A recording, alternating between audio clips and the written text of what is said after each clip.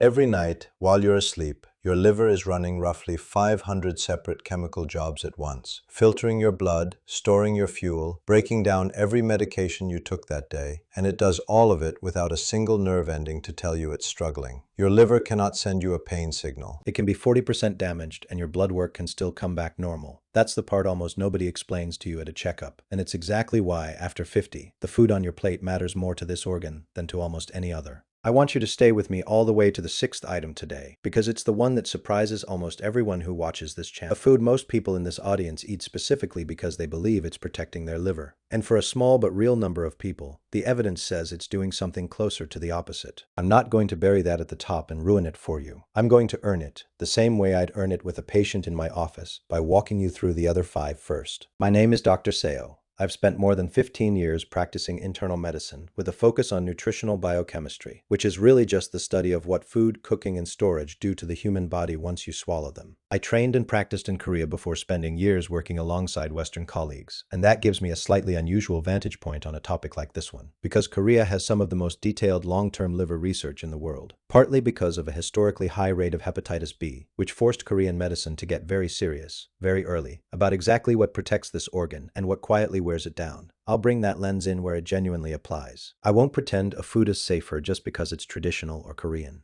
In fact, one of the 6 things on this list today is something you'll find in almost every Korean pantry, and I'm not going to soften that for you. I'm not here to sell you a cleanse or a supplement. I'm here to walk you through the research and let you make an informed decision at your own dinner table tonight. So let's talk for just a minute about what your liver actually does, because once you see it, you won't unsee it. It sits under your right ribs, about the size of a football, and it is the only organ in your body that can regenerate itself. Cut away 2/3 of a healthy liver, and it can rebuild. But that resilience has a dark side, because it's so good at absorbing damage silently. Most people don't find out anything is wrong until the damage is already substantial. Every single thing you eat or drink passes through this organ before it reaches the rest of your body. Alcohol, medication, the fructose in your morning smoothie, the iron in your steak, all of it gets processed, sorted, and either used or neutralized, right here, first. After 50, that filtering job gets harder for a few unglamorous reasons. Blood flow to the liver naturally slows a little with age. Hormonal shifts, especially the drop in estrogen after menopause, remove a layer of protection women had for decades, and the accumulated wear of 40 or 50 years of eating finally starts to show up on scans and blood tests. This is why liver disease is quietly one of the fastest rising health problems in adults over 50 in the West, and why most of it, this is the important part, is not caused by alcohol at all anymore. It's caused by food. So here is the one idea I want you to carry through everything I tell you today, because every single item on this list connects back to it. Your liver can be damaged in 3 basic ways. The first is fat overload, when it accumulates more fat than it can process, a condition doctors now call MASLD, metabolic dysfunction associated steatotic liver disease, what used to be called fatty liver. The second is oxidative stress, unstable molecules generated by certain foods and cooking methods that damage liver cells the way rust slowly eats through metal. And the third is toxin and metabolite burden, when the liver is asked to detoxify something genuinely harmful, whether that's a mold byproduct, an excess of a mineral, or a compound in an overused cooking oil. Fat overload, oxidative stress, toxin burden. Keep those 3 words in your head, because you're going to see at least one of them show up in every single food I mentioned today. Let's start the countdown. The first one is the food most people would never think to blame, because it doesn't feel like unhealthy eating at all. Sugary drinks, and I include fruit juice in this, even the ones labeled 100% juice, even the healthy smoothies you might be making at home. Here's why this belongs at the top of a liver list rather than a heart or diabetes list, where you'd expect it. When you drink fructose, the sugar in soda, juice, and most sweetened beverages, your liver is almost the only organ in your body equipped to metabolize it. Unlike glucose, which your muscles and brain can use directly, fructose goes straight to the liver, and if you're drinking more of it than your liver can immediately burn for energy, your liver converts the excess into fat, right there, inside its own cells. This is the single, clearest, most consistently replicated mechanism behind MASLD, and it is now recognized by hepatologists as the fastest growing liver condition in Western countries, overtaking alcohol as a cause of liver damage in the general population. A single 12-ounce glass of orange juice can carry more sugar, gram for gram, than a can of cola, and because it arrives without the fiber that would normally slow it down, your liver absorbs that sugar hit almost as fast as it would from the soda. So what do you actually do tonight? You don't need to swear off fruit. Whole fruit comes with fiber that blunts this effect dramatically, and that's an important distinction I don't want lost here. The swap is specific. Replace Replace liquid sugar with the fruit itself. An orange instead of orange juice. Sparkling water with a few crushed berries instead of a fruit drink. If you're managing diabetes or you've already been told you have some degree of fatty liver, this one change is very often the single biggest lever you have, because your liver responds to less fructose faster than it responds to almost anything else on this list. The second one is going to sound counterintuitive if you've been trying to eat clean and lean, well done, charred, or heavily grilled meat. I know the instinct.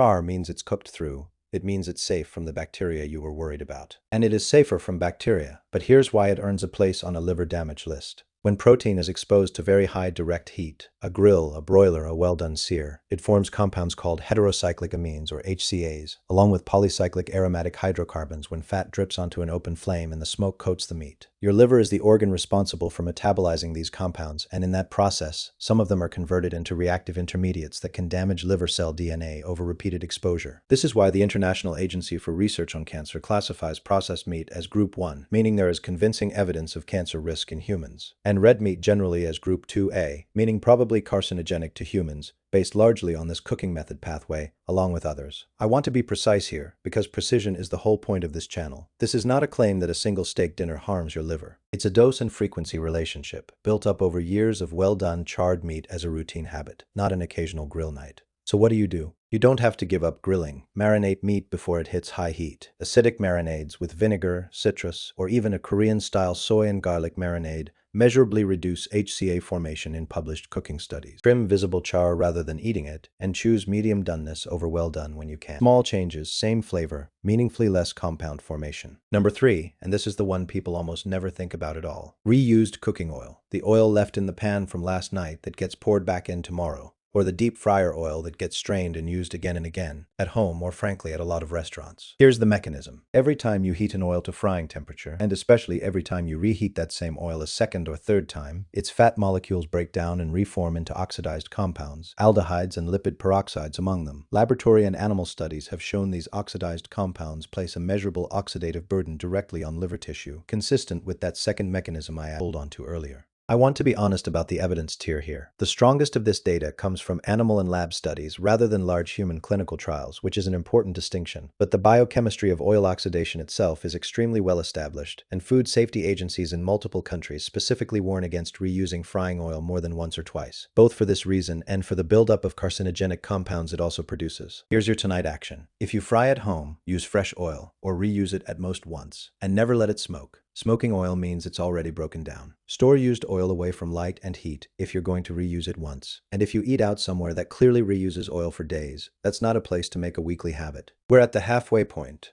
and I want to pause here because numbers 4 and 5 are the two that surprise even people who've watched a lot of health content, and I don't want you checking out before them. Number 4, moldy nuts, grains and spices, specifically peanuts, corn, and certain stored spices when they've been kept too long or in humid conditions. This is, gram for gram, one of the most serious items on this entire list, and it doesn't get nearly the attention it deserves. Certain molds, particularly a fungus called Aspergillus flavus, produce a toxin called aflatoxin when they grow on stored peanuts, corn, and some tree nuts, especially in warm, humid storage conditions. Aflatoxin is classified by the International Agency for Research on Cancer as a Group 1 carcinogen, meaning there is convincing human evidence, and it is specifically and strongly linked to hepatocellular carcinoma, primary liver cancer, making it one of the most liver-specific toxins we know of in the entire food supply. This is not a fringe concern in global medicine. The World Health Organization considers aflatoxin exposure a major contributor to liver cancer rates in parts of the world with less regulated food storage. And the risk compounds significantly in people who also carry hepatitis B, which is part of why Korean public health research has paid this particular toxin so much attention over the decades. In wealthier countries with strict food safety regulation, contamination in commercially sold nuts and grains is tested for and kept very low, which is genuinely reassuring. This is not a reason to panic over the peanut butter in your pantry. Where the real risk lives is in improperly stored bulk nuts, home-stored grain, imported spices bought loose from bins, or that jar of peanuts that's been sitting slightly damp in the back of a cupboard for over a year. So what do you actually do? Buy nuts and grains in quantities you'll use within a few months. Store them in airtight containers in a cool, dry place, not next to the stove. And if you ever see a nut, a grain, or a spice with visible mold, a musty smell, or an off color, don't try to just pick around it. Aflatoxin doesn't stay confined to the visibly moldy spot. It spreads through the whole batch. Throw it out. Number 5. And this one is particularly relevant if you're over 50, and specifically if you're a woman past menopause. Excess dietary iron, most commonly from a combination of red meat, iron-fortified breakfast cereals, and iron supplements taken without a documented deficiency. Here's the mechanism, and it's a genuinely elegant piece of biochemistry. Iron is essential. You cannot make healthy blood cells without it. But your body has almost no efficient way to excrete excess iron once you've absorbed it. It gets stored, and one of the primary storage sites is your liver. Over years, that iron can accumulate to levels that generate oxidative stress directly inside liver tissue, that same rust-like damage I mentioned earlier. And in a genetic condition called hemochromatosis, which is more common than most people realize, roughly 1 in 200 people of Northern European descent carry the genetic variant. This iron accumulation can progress to serious liver scarring if it's never caught. Here's why age 50 is the pivot point. Before menopause, women lose iron every month through menstruation, which acts as a natural release valve. After menopause, that release valve closes, and iron can begin accumulating in a way it never did before, often for the first time in a woman's life, right at the exact age when liver reserve is already declining. Men don't have that same monthly release at any age, which is part of why hemochromatosis tends to show up earlier and more severely in men. What should you actually do? This is not a call to fear red meat or fortified cereal in normal amounts. For most people, dietary iron from food alone is well regulated by the body. The real risk is stacking. Red meat plus a fortified cereal plus an iron supplement plus a multivitamin with iron taken daily without ever having a documented deficiency. If you're over 50 and you've never had a ferritin level checked, a simple blood test that measures your iron stores, it's genuinely worth asking your doctor for one at your next visit, particularly if you have a family history of hemochromatosis or unexplained fatigue and joint pain, which are two of its classic early signs. And now, the one I promised you at the top. Number 6. High-dose turmeric and concentrated liver detox or liver cleanse supplements. The ones marketed specifically using words like liver support, detox, and cleanse. I want to be very careful and very precise here, because this is exactly the kind of claim I refuse to round up into something scarier than the evidence supports. Turmeric itself, used as a cooking spice in the amounts you'd find in a curry or a Korean-style golden broth, has real and reasonably well-studied anti-inflammatory properties. And I am not telling you to throw out your spice rack. The concern is specifically with concentrated turmeric supplements, capsules and extracts that deliver curcumin at doses many times higher than anything you'd get from food, often further boosted with piperine, black pepper extract, specifically to increase how much your body absorbs. The National Institutes of Health's Liver Tox database, a resource specifically maintained to track drug and supplement-induced liver injury, has documented a real, if uncommon pattern of acute liver injury linked to high-dose turmeric and curcumin supplements, with case reports showing elevated liver enzymes, jaundice, and in rare instances hospitalization, typically resolving once the supplement is stopped. This is precisely the kind of item that belongs on this list and almost never makes it onto one, because it wears the costume of a health food. People don't think of a liver support capsule as something that could stress the liver, and that's exactly the blind spot. I want to be fair to the evidence on both sides. Most people who take a turmeric supplement never have a problem, and researchers still don't fully understand why a small number of people react this way. It may involve genetic differences in how certain individuals metabolize concentrated curcumin or interactions with prescription medications processed through the same liver pathways. But uncommon is not zero, and this is a supplement people take specifically believing it's protecting the exact organ it can, in rare cases, injure. So what's the actual action here? If you take a concentrated turmeric or liver cleanse supplement daily, tell your doctor specifically at your next visit, not as a footnote, but as a named medication you're taking, the same way you disclose a prescription. If you've had any unexplained fatigue, dark urine, or yellowing of the eyes since starting one, stop and get liver enzymes checked. And if you simply enjoy turmeric in your cooking at food level amounts, that's an entirely different, much lower concern category, and there's no reason to stop. I want to say something plainly here, because it's the whole reason I framed the list this way. This isn't fear, it's food chemistry. Every one of these 6 things works through a specific, nameable mechanism on your liver: fat overload, oxidative stress, or toxin burden. And every single one of them has a specific, doable fix. That's the difference between a scare and a piece of usable medicine. But let me tell you how this actually plays out in a real life, because a list is easier to remember when you've seen it live in someone. I had a patient, I'll call Linda, 63, otherwise healthy, on a cholesterol medication, someone who genuinely thought she was doing everything right. She drank orange juice every morning because she'd always been told it was healthier than soda. She took a turmeric supplement every night because a friend had recommended it for her joint stiffness. And at a routine checkup, her liver enzymes came back mildly elevated. Nothing dramatic, nothing that would have shown up as a symptom she could feel, which is exactly the point I made at the start of this video. It took some real detective work in the visit to trace it, but between the daily juice